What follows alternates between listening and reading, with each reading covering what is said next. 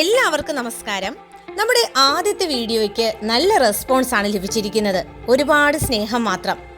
പഠിക്കാൻ ആഗ്രഹമുള്ള മിടുക്കന്മാരും മിടുക്കികളും ഉണ്ടെന്നറിഞ്ഞതിൽ ഒരുപാട് സന്തോഷം. ഈ ഒരു പോസിറ്റീവ് എനർജി കളയാതെ പഠിച്ച് തന്നെ നമുക്ക് മുന്നോട്ട് പോകാം.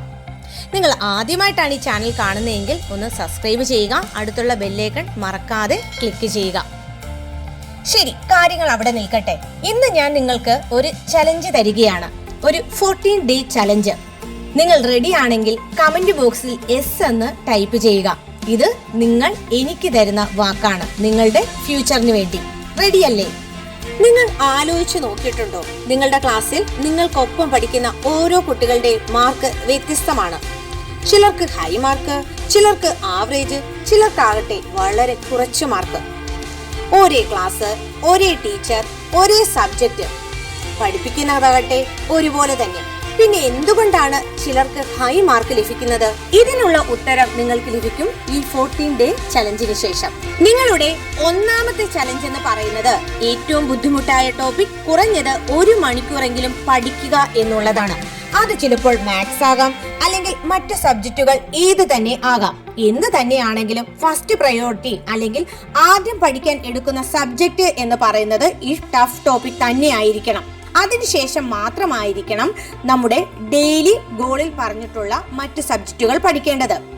ഈ ഡെയിലി ഗോൾ എന്ന് പറയുമ്പോൾ നമ്മൾ ഫസ്റ്റ് വീഡിയോയിൽ പറഞ്ഞിട്ടുണ്ട്. അത് കാണാത്ത കൂട്ടുകാർ ഉണ്ടെങ്കിൽ തീർച്ചയായിട്ടും കാണുക. ഇത് എന്തുകൊണ്ടാണെന്നല്ലേ, നിങ്ങൾക്ക് ഏറ്റവും ബുദ്ധിമുട്ടുള്ള ടോപ്പിക്ക് പഠിക്കുമ്പോൾ തന്നെ ബോറടിക്കുന്നതായിട്ടും അല്ലെങ്കിൽ പഠനം അവസാനിപ്പിക്കാം എന്ന ചിന്ത ഉണ്ടാകാറുണ്ടോ? ഇത് നിങ്ങളുടെ ബ്രെയിന് നിങ്ങൾ കൊടുക്കുന്ന കാര്യങ്ങളുടെ റെസ്പോൺസ് ആണ് കിട്ടുന്നത്. നിങ്ങൾ സ്ഥിരമായിട്ട് ഈസി ആയിട്ടുള്ളതും നിങ്ങൾക്ക് ഇഷ്ടപ്പെട്ട സബ്ജക്റ്റ് പഠിക്കുന്നതിലൂടെ നിങ്ങളുടെ മൈൻഡ് ഏറ്റവും കൂടുതൽ ആഗ്രഹിക്കുന്നത് ഈ സബ്ജക്റ്റുകൾ പഠിക്കാനായിരിക്കും പ്രിഫർ ചെയ്യുന്നത്. അല്ലെങ്കിൽ ഏറ്റവും കൂടുതൽ സമയം കൊടുക്കുന്നതും നിങ്ങൾ ഈ സബ്ജക്റ്റുകൾക്കായിരിക്കും.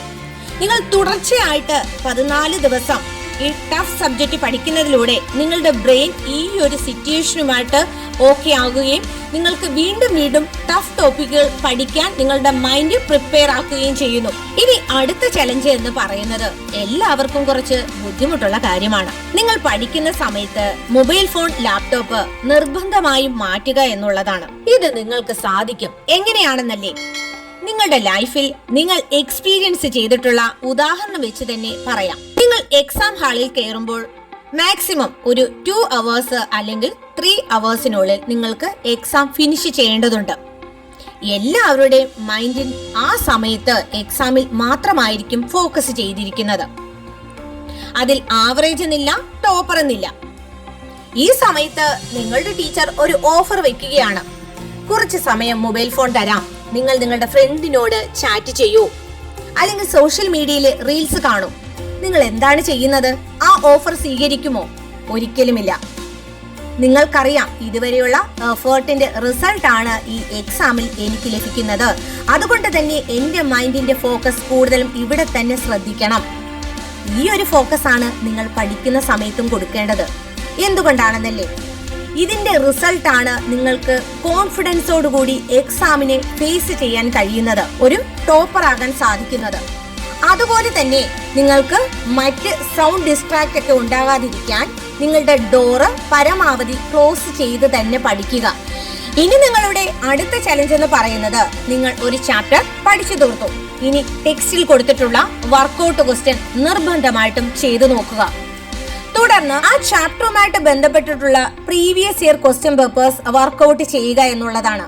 ഈ പ്രീവിയസ് ഇയർ ക്വസ്റ്റ്യൻ പേപ്പേഴ്സിന് നിങ്ങൾക്ക് സോഷ്യൽ മീഡിയ, യൂട്യൂബ് പോലെയുള്ള വെബ്സൈറ്റ് പോലെയുള്ള അതർ സോഴ്സസ് നിങ്ങൾക്ക് പ്രയോജനപ്പെടുത്താവുന്നതാണ്. ഇത് എന്തിനാണെന്നല്ലേ, ഒരുപാട് ചാപ്റ്റേഴ്സ് പഠിച്ചതിന് ശേഷം ആയിരിക്കില്ല നിങ്ങൾ previous year question papers work out ചെയ്യേണ്ടത്. അത് നിങ്ങൾക്ക് നിങ്ങളുടെ ജോലി ഭാരം കൂട്ടാൻ മാത്രമേ സഹായിക്കത്തുള്ളൂ. ഉദാഹരണത്തിന്, നിങ്ങൾ ഒരു വലിയ ടാങ്കിൽ വെള്ളം നിറയ്ക്കേണ്ടതുണ്ട്. നിങ്ങൾ തനിച്ചു മാത്രമാണ്. എന്താണ് നിങ്ങൾ ചെയ്യുന്നത്? ചെറിയ ചെറിയ ബക്കറ്റിൽ വെള്ളം പിടിച്ച് ആ ടാങ്ക് ഫില്ല് ചെയ്യാൻ ശ്രമിക്കും. അങ്ങനെ നിങ്ങളുടെ വർക്ക് ഫിനിഷ് ചെയ്യും. അതുപോലെ തന്നെ ആയിരിക്കണം നിങ്ങൾ കുറച്ച് കുറച്ച് പഠിച്ച് അതിൽ നിന്നുള്ള ക്വസ്റ്റ്യൻസ് പരമാവധി വർക്കൗട്ട് ചെയ്യുക. ലാസ്റ്റിലത്തേക്ക് വെക്കരുത്. ഇനി അടുത്ത ചലഞ്ച് എന്ന് പറയുന്നത് നിങ്ങളുടെ റൈറ്റിംഗ് സ്കിൽ മെച്ചപ്പെടുത്തുക എന്നുള്ളതാണ്. പഠിച്ച ടോപ്പിക് എസ്സേ പോലെ എഴുതാതെ ഹൈലൈറ്റഡ് പോയിന്റ്സ് എല്ലാ ദിവസവും എഴുതി പ്രാക്ടീസ് ചെയ്യുക.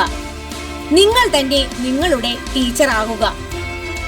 ഉദാഹരണത്തിന്, നിങ്ങൾ ഒരു എക്സാം പേപ്പർ അനലൈസ് ചെയ്യുമ്പോൾ അതിൽ bad hand writing, important point missing, നിങ്ങൾക്ക് എന്ത് ഫീൽ ആയിരിക്കും ഉണ്ടാകുന്നത്? ഒരു ബാഡ് ഇംപ്രഷൻ ആയിരിക്കും ഉണ്ടായിരിക്കുന്നത്.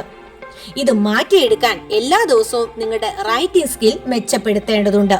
ഇങ്ങനെ റൈറ്റിംഗ് സ്കിൽ പ്രാക്ടീസ് ചെയ്യുന്നതിലൂടെ നിങ്ങൾക്ക് കോൺഫിഡൻസ് വർദ്ധിപ്പിക്കാനും കൃത്യസമയത്ത് എക്സാം ഫിനിഷ് ചെയ്യാനും സഹായകരമാകും. ഇനി അടുത്ത ചലഞ്ച് എന്ന് പറയുന്നത് റിവിഷൻ ആണ്.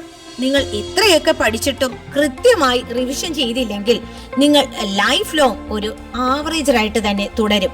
റിവിഷൻ എങ്ങനെയാണെന്നല്ലേ? ഓരോ ദിവസവും പഠനം അവസാനിപ്പിക്കുമ്പോൾ അന്ന് പഠിച്ച പ്രധാന പോയിന്റ്സുകൾ നിങ്ങളുടെ മൈൻഡിൽ കണ്ണടച്ച് ഒന്ന് റിവിഷൻ ചെയ്യുക. അടുത്ത ദിവസം പഠനം ആരംഭിക്കുമ്പോൾ 15 മിനിറ്റ് നിങ്ങൾ കണ്ണ് തുറന്ന് തന്നെ ഈ പോയിന്റ്സുകൾ എല്ലാം വായിക്കുക. വീക്ക് എൻഡ് ആകുമ്പോൾ പഠിച്ചു തീർത്ത ടോപ്പിക്കുകൾ മുഴുവനായിട്ട് റിവിഷൻ ചെയ്യുക. ഇത്രയൊക്കെ കാര്യങ്ങൾ 14 ദിവസം നിങ്ങൾ തുടർച്ചയായി മടിയില്ലാതെ ചെയ്യാൻ തയ്യാറാകുന്നുണ്ടെങ്കിൽ ഉറപ്പായിട്ടും ബാക്കിയുള്ള ദിവസങ്ങൾ നിങ്ങൾക്ക് പഠിക്കാനുള്ള കോൺഫിഡൻസ് കൂടുകയും നിങ്ങൾ പഠനത്തെ കൂടുതൽ ഇഷ്ടപ്പെടുകയും മുന്നോട്ട് എല്ലാ ദിവസവും ഇത് തുടർന്ന് തന്നെ പോകുകയും ചെയ്യും. അങ്ങനെ ആവറേജിൽ നിന്ന് നിങ്ങൾ പതിയെ പതിയെ ടോപ്പറിലോട്ട് എത്തും. ഈ വീഡിയോ ഇഷ്ടപ്പെടുകയാണെങ്കിൽ നിങ്ങൾ നിങ്ങളുടെ ഫ്രണ്ട്സിലോട്ട് മാക്സിമം ഷെയർ ചെയ്യുക, ലൈക്ക് ചെയ്യുക, സബ്സ്ക്രൈബ് ചെയ്യുക. Thank you.